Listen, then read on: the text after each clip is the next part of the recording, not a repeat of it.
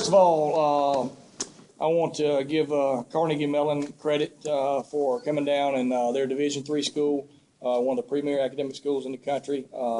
Coach been there for 28 years. They do an outstanding job with their wing tee offense, and as you can see in the second half, we had a little trouble with it.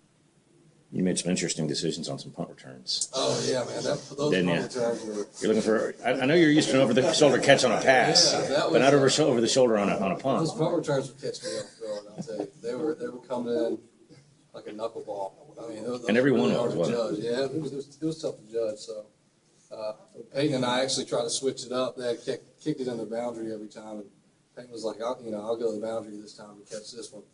And so I go to the field, and the guy lines up and kicks it to the field. Thankfully, I caught that one.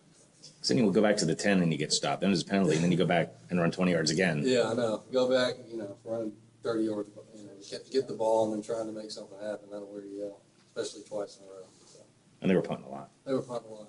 And, Hunter, man, he was kicking a knuckleball. I've never seen it. It was the ugliest ball I've ever seen. I know, it was tough, man. And everyone was like that. There wasn't a spiral all day. I think Coach Kane actually told us, play it off the bounce because catches in there turned out to be a pretty big thing. Stepping stone in our program. We're still undefeated at home, obviously, and then we've got to do something we haven't done yet, and we got to go on the road back-to-back weeks, which will be a challenge for us.